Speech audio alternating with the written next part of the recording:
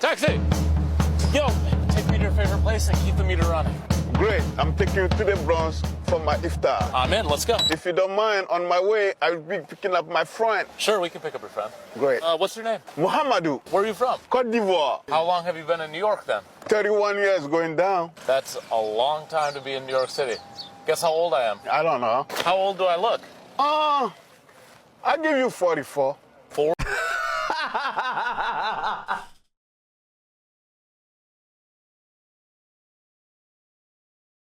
Bro.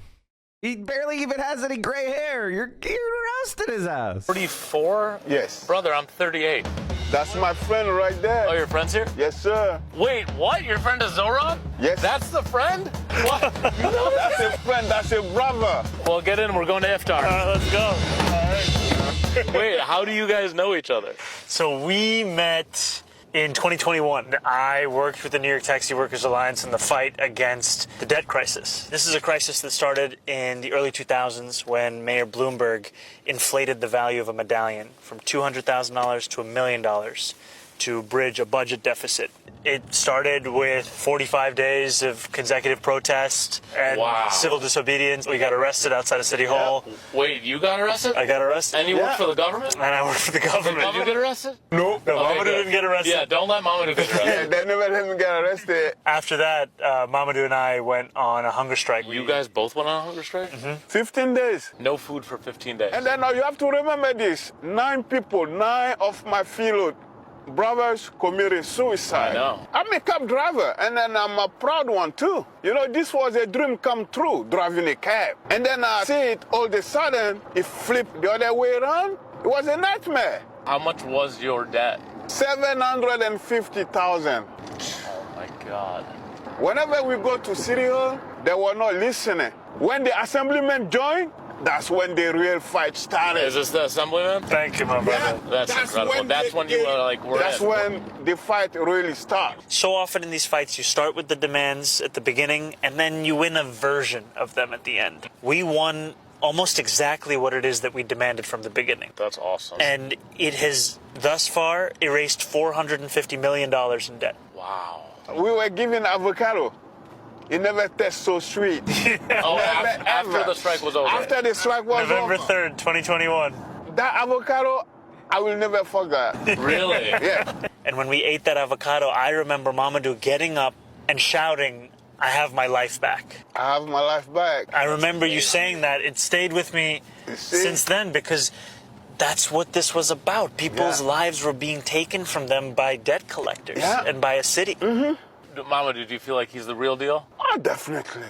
I can put my life online for him. You would put your life on the line? Yes, because he did put his life online for me. Incredible. He did it. Do you want a date? I got date here. Is it time to break the fast? Hey. Oh, he's got dates. He's been holding out on us? Yeah. You're all over the place driving people around from 6 a.m. And you're at meetings and protests and campaign rallies. I can't imagine how difficult it would be to be you guys fasting. I mean, but this is the job. And Mamadou, how about you? Why do you love Ramadan? For me, that's the best month of the year. I can't wait to have Ramadan all year around. You want Ramadan all year round? Yeah. Yes. Oh my goodness. 1 month is enough, bro. You want 12 months of Ramadan? It's beautiful. 1 month is enough. Come on. Here we are, Bari restaurant. Iftar time in the Bronx. The restaurant's called Halal Chinese, but it's Bengali food. So what do we got here?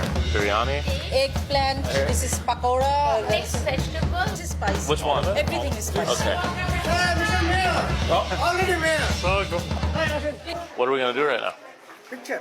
Oh, okay. Great. You too? Who you are? You're running also? I'm not running.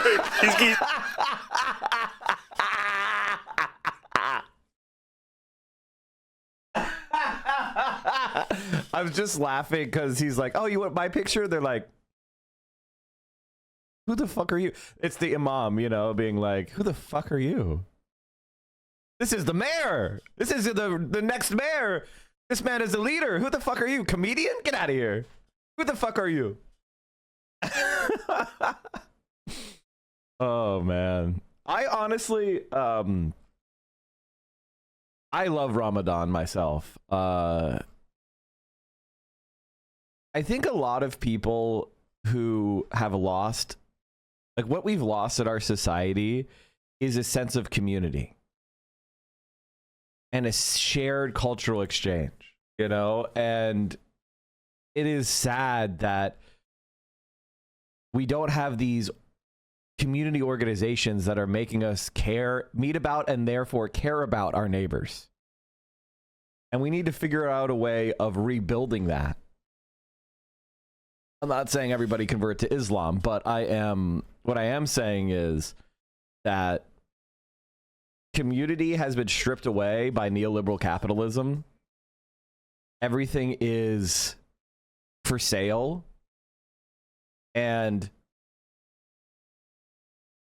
some of my experiences in politics have, a lot of people consider them to be work and hard work at that, and putting yourself in uncomfortable positions. And I'm glad that I did it. Do you think that New York City mayoral race is the most important election this year? The big issue with the New York City mayor's race is the Democratic Party wants to have Andrew Cuomo win. And they don't care that he's corrupt. In fact, they love that he's corrupt. They don't care that he's a sex pest. In fact, they love that he's a sex pest. Because if he wins, then they could be like, we should take unlimited corporate money, as many bribes as we can grab, and we can do whatever we want to sexually exploit our employees. That's a win-win. So every national Democrat who is not endorsing Zohran is fucking up. And that includes Bernie Sanders, and that includes AOC. That includes Greg Cesar endorsing Brad Lander, who's in like 6th place and is never going to get better than that. This needs to be and this is like a lesson for you to learn, right? The Democratic Party would rather have corrupt centrists win, corrupt ones, provenly corrupt, abusive centrists win, over experienced, pragmatic, charismatic leftists. This is very, very... Hey, it's Mr. Murphy. Thank you for the 31 subs, which is an interesting number. Did you hit a milestone? 1850. Nice. And I think the big problem is that Zohran isn't as connected to, community influence in the black community and in the Latin American community in New York. And if you know anything about big city politics, you know about ward politics. And a lot of ward politics is handing out the bennies. It is graft. It is greasing the right hands, including illegally bribing people, like under the table. And the problem with socialist candidates is they typically don't like to do that kind of thing, right? Socialist candidates don't like to show up at a storefront church with $5,000 in cash to slip to the pastor, right? So he endorses the campaign to his his constituency, not his constituency, his congregation. And this is exactly what I'm talking about. And there is a deep graft corruption in Democratic Party politics, especially in our cities. That is just how it functions. And people are not wrong to point out that American cities are poorly run by the Democratic Party. They absolutely are. Corrupt centrists fucking are bad at government.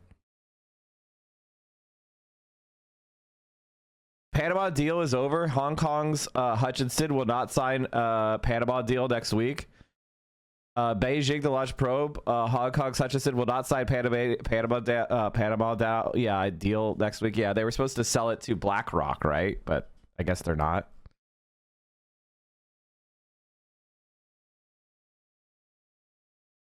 He's keeping the meter running. They don't want us in the picture. Are you running? I'm not running. I'm not running either. That's why they didn't want me in the picture. You want me in it? He doesn't want me in it either. Are you sure you don't want me in it? Okay. Do you want me in it? Do you want me in it? I love that. No, that was it.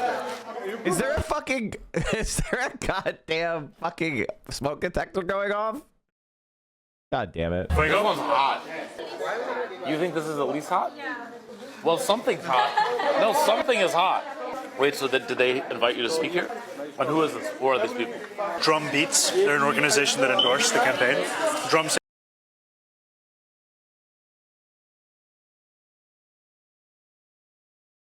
I swear to God, I'm going to start walking around with 9-volt batteries in my pocket. I'm going to save a life and replace a smoke detector battery. This is my whitest trait. My whitest trait is I hate smoke detector chirps. This is like bone deep whiteness.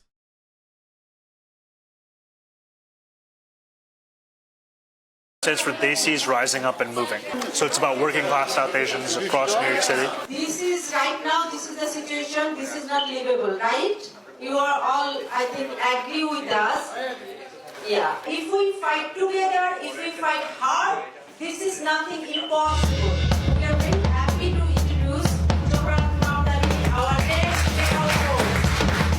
How many people in this room were born in a different country? Almost everyone. Want that, but I need another one. I can't eat that one. That's yours. I can't have yours. Come on. No, you eat it. I'm not having it. Zohran, I'm not going to eat your... This is my friend Kareem. Hi, nice to meet you. Do you guys have a picture? They're like, we're going to take Kareem, the famous celebrity, around with us to endorse the campaign, and then nobody wants to meet him.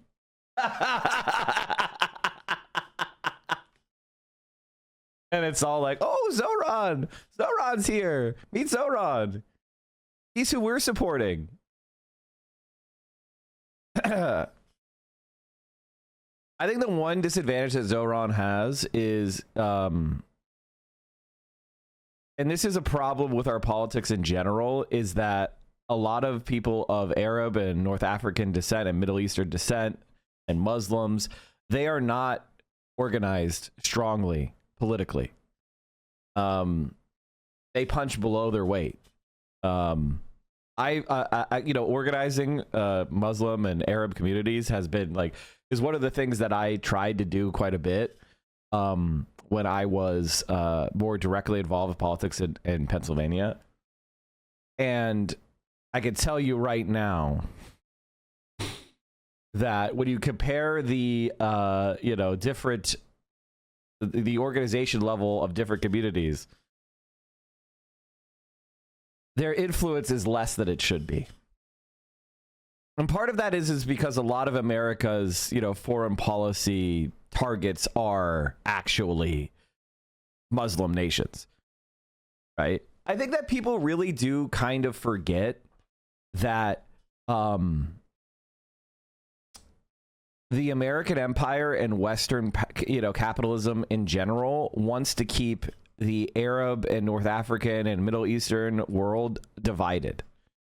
Because if they were allowed to coalesce, same thing with Africa and Latin America, if they were to coalesce, they would instantaneously provide a direct challenge to the United States and Europe, right? So they can't be allowed to do that. They can't be allowed to develop. They can't be allowed to politically develop. They can't be allowed to economically develop. They can't be allowed to create institutions.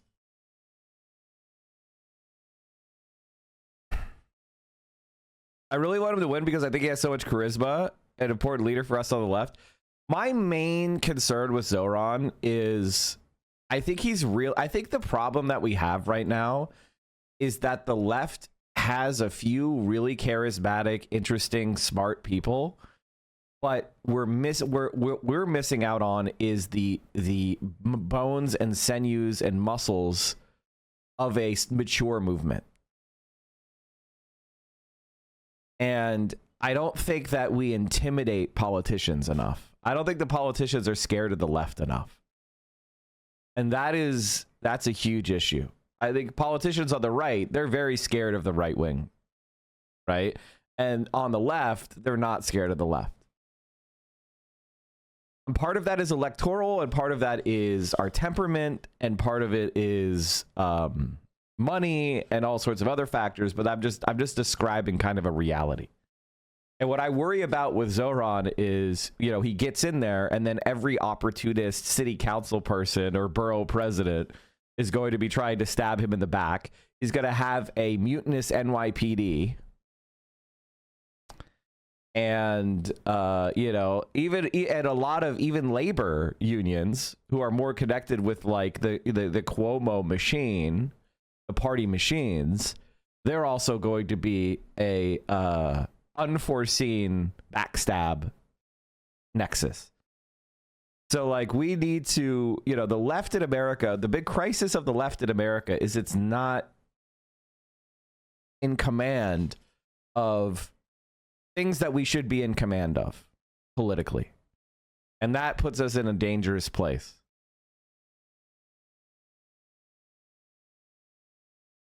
I think maybe because he's currently an assemblyman, he might have a leg up in that category. Yeah, sure.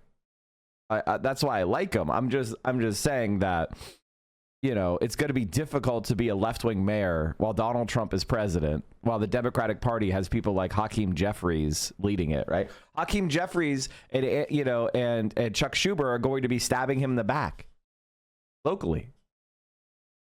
So like, you know, he's going to be facing off against the Democratic Party, the Republican Party, the Zionist lobby, you know, the corrupt machines of New York City. I mean, he's going to have so many fucking enemies. So many fucking enemies in every direction.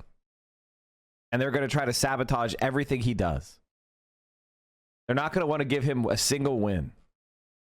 This is the thing that I think people should really recognize is that, and I think this is why I, you know, if I'm being honest, why I'm becoming more critical of kind of soft progressives, lib left people, is because they think we can play patty cake with the Democratic Party. And the Democratic Party, if you believe in something like Medicare for All, or you don't believe in Israel getting unlimited money for genocide, the Democratic Party wants you dead.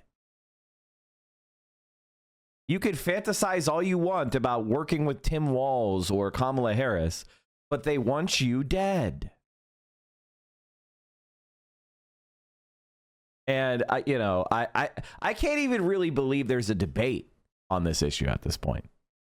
Like, there is no debate. Like, they want you dead.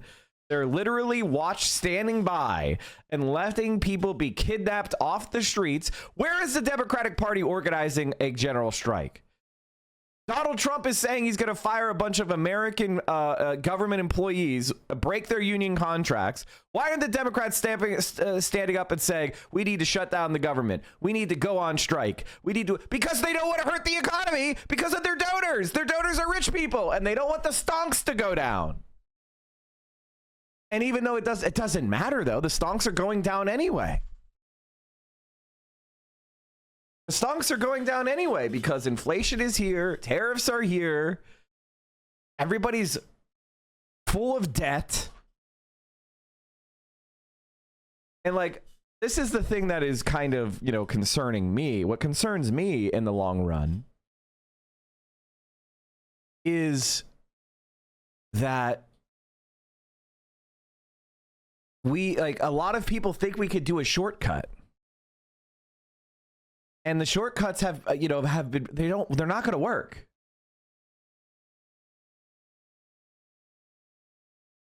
Thoughts on the Lancaster special election? My reaction to that is it is a special election in an odd year in March.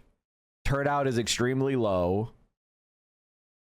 I don't consider it to be very important, to be quite honest with you. I'm glad, you know, congratulations to the Democrat guy who was able to take advantage of this coalescing of a certain type of anti-Trump politics and get to 50%. Congratulations. But I don't think it actually is very significant at all.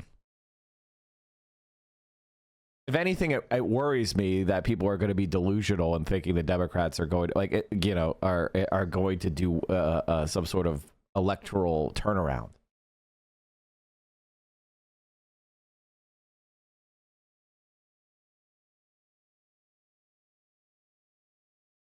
Portland City Council to consider permanently affordable social housing solution. Yeah, this is exactly what we should be doing. Would direct the city to study.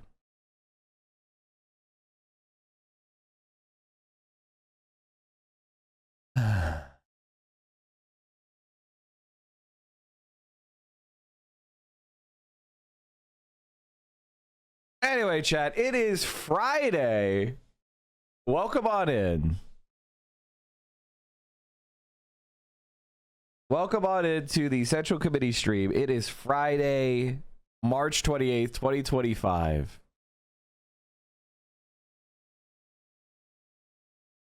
I hope you guys are doing well. A few scholars of fascism have decided to... This is what the Never Trumpers at the Bulwark think of his platform. Classic scenario where any economist would say the state needs to step in and address this market failure. Does it have to be a city-run grocery store? No. It could be municipal bonds financing, and different grocery companies have to bid. Why the fuck would we want that? Why would we want that? Why the fuck do we want to give free government money to profitable corporations? What the fuck are you talking about? Why are we talking about neoliberalism? There are government-run liquor stores in Pennsylvania.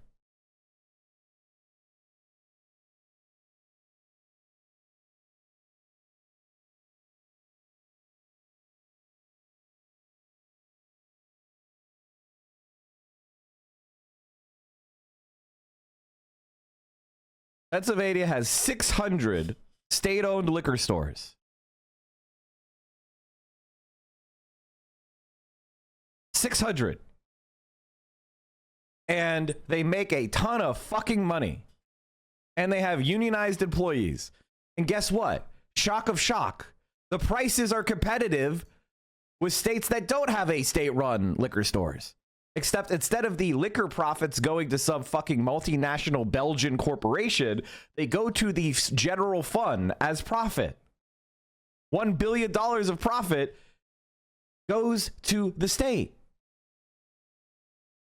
And they wanted to sell it for 1.6 million or 1.6 billion. So basically give away something that's generating $1 billion worth of profit. Oh, I'm sorry. It's 500 million of profit. The sales, if they privatized it, it would generate 1 billion. Sorry, the profits are like 500 million. Let me look it up.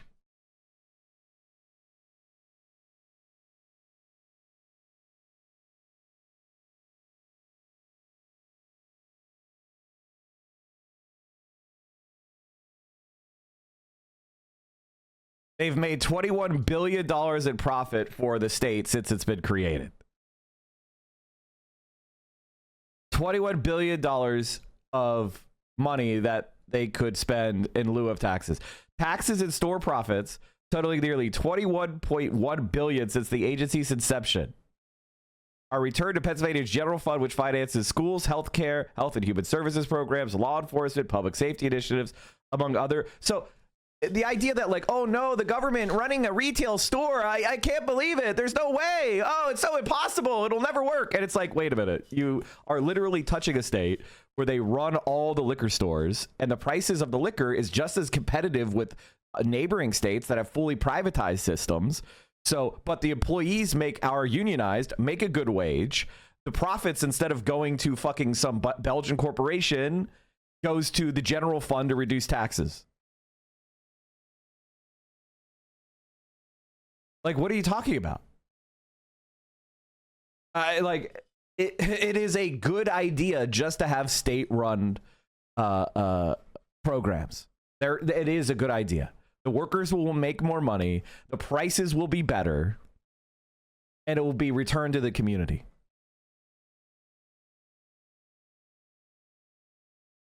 To get the contract, I think something like that could work, but definitely It's there like needs to be taxi some medallions, kind of... taxi medallions for groceries. No, Grocery store I don't know. medallions. I don't think it would be that, but I think it could be like municipal bonds to front the capital to open grocery stores in areas. Municipal bonds, aka TIFs. This is exactly what I'm talking about with these left liberals that I oppose completely. They don't know what the fuck they're talking about. We already do this. We literally already do this. Except we don't do bonds. We do property tax abatement. So they literally never have to pay taxes on their development. And it causes huge fiscal holes. And guess what? It doesn't actually turn into much extra development because every other municipality is also bidding with these tax abatements. So you end up not really doing anything but undermining your own taxation capacity. Again,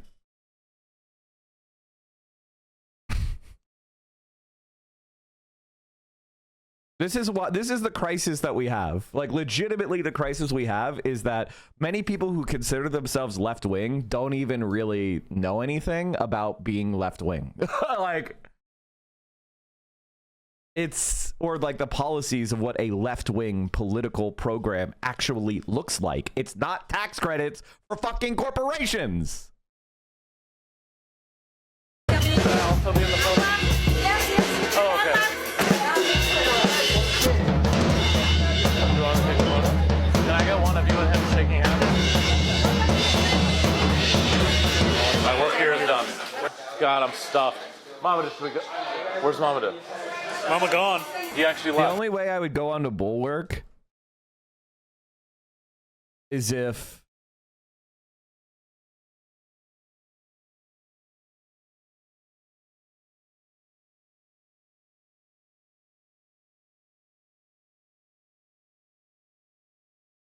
guys, what's your favorite scene from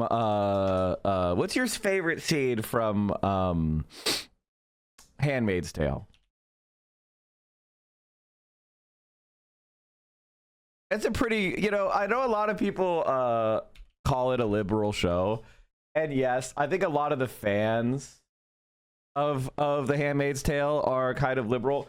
But I will say that it's an incredibly bracing and pretty good in times. It's pretty good in times. I think there are problems with it, right? But I think overall, of all the television I've watched over the last 20 years, I think it's pretty good. I liked it. This is one of my favorite scenes. May I present to you the new Rachel and Leah Center. By God's grace, we gather to celebrate the dawn of a bright and bountiful future that begins right here with the devotion of his humble servants, our handmaids.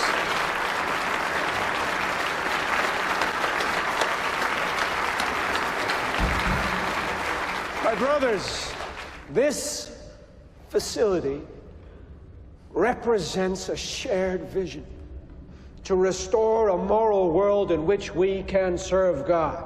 Now our hopeful prayer is turned into something real and permanent. Here, we can continue to show our commitment to Him and His Word and to honor our promise to the people of Gilead, that we will replenish this earth with healthy children of faith. From the beginning, that has always been. It's not time yet. Tell her to go back.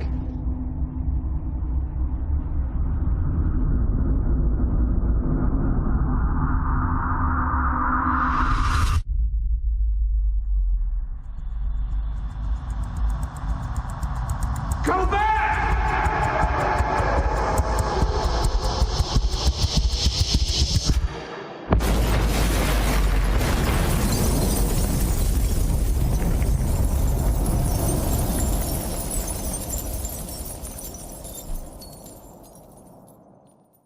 Handmaid's Tale is a pretty good show. That's what I'm saying. I think it's some people on the left go over the top calling it lib because a lot of libs like wore Handmaid's Tale dresses to protest. And it's kind of like, were they wrong though? Like, I think all the people who kind of underestimated the fascism of Trump, and there were a lot of guilty people on the dirtbag left for that. That's one of the reasons why people called me cringe back in the day, is because I would just be like, I don't think the liberals are wrong about Trump. I think Trump is actually a fascist, or at least a proto-fascist, and is going to enable fascists. And I think a lot of people looked at resistance libs in 2017 and went, they're saying he's going to be fascist. This is so cringe. They're so over the top. And it's like, well, now I think it's pretty clear that they weren't over the top. Hi everyone, my name is Anna. I use she, her pronouns, and I just wanted to start us off with a quick land acknowledgement. We actually like to use people first language here, so it is actually People of Enslaved Experience, or POEEs. Our whips are sustainably farmed and cruelty-free for the cows, obviously, not for you guys. We are so excited to announce that by Q4, this plantation will be carbon neutral. We have a number of trauma-informed whipping posts, and do you consent to being whipped today? So instead of terms like master or mistress or mixtress even, we've decided to use some more gender-neutral language, so we'll be going by overseer. I just want to remind everyone that it does make quite a few members of our staff feel unsafe when there's talk of words like uprising. That's not an okay thing to say in the workplace. So I'm glad you asked that. Ending slavery is actually not a feasible solution for all populations. Like, for example, I have chronic pain, so I physically cannot pick the cotton myself. But I just encourage you to think more of our most vulnerable populations when you're talking about envisioning a better future. How can we include? And it's really more of like an access issue. We have to think beyond ourselves. On Monday, the overseers will be off to commemorate the memory of Robert E. Lee. So you will be expected to whip yourself. Harriet was an exception. Yes. We've actually decided against using gendered language for that. So instead of referring to you as boy, we'll be using the gender neutral nigger.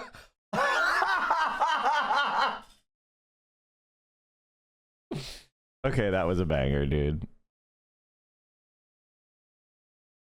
Hi. This is actually, I mean, like, everybody agrees it was a banger. 240,000 likes. Like, what a fucking, that's a legitimate banger.